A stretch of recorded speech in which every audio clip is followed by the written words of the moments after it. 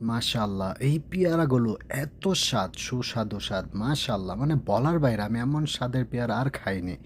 মানে পেয়ারাটা একদম লাল আর এত মিষ্টি, অসাধারণ!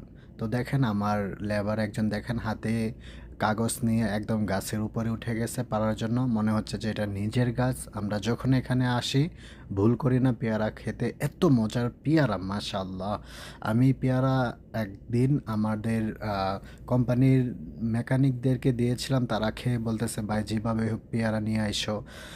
অনেক রিকোয়েস্ট করছিল, তখন আমি বলতেছি, "আচ্ছা ঠিক আছে।" তারপর দেখেন লেবারকে গাছের উপরে পাঠিয়ে দিয়েছি, বলছি, "সমস্যা নাই, সৌদি কিছু বলবে না, যাও।" আমি মাসুল তারপর গেল দেখেন সৌদির বাড়ির ভিতরে পর্যন্ত গেছে। দেখেন পেয়ারাগুলা কত সুন্দর!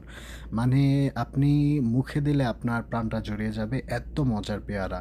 তো অনেকগুলা পারলাম মেকানিকদেরকে দেওয়ার জন্য, সবাইকে দেওয়ার জন্য। দেখেন একদম কিসে ভরে নিয়ে আসছি, প্রায় 2 কিলোর মতো ওজন হইব। তো সৌদি আরব আসলে পেয়ারা ফল এগুলো পাওয়া যায় না, কিন্তু আমি যে এরিয়ায় কাজ করি মাশাল্লাহ অনেক ফলই পাই। আলহামদুলিল্লাহ, শুক্রিয়া আলহামদুলিল্লাহ।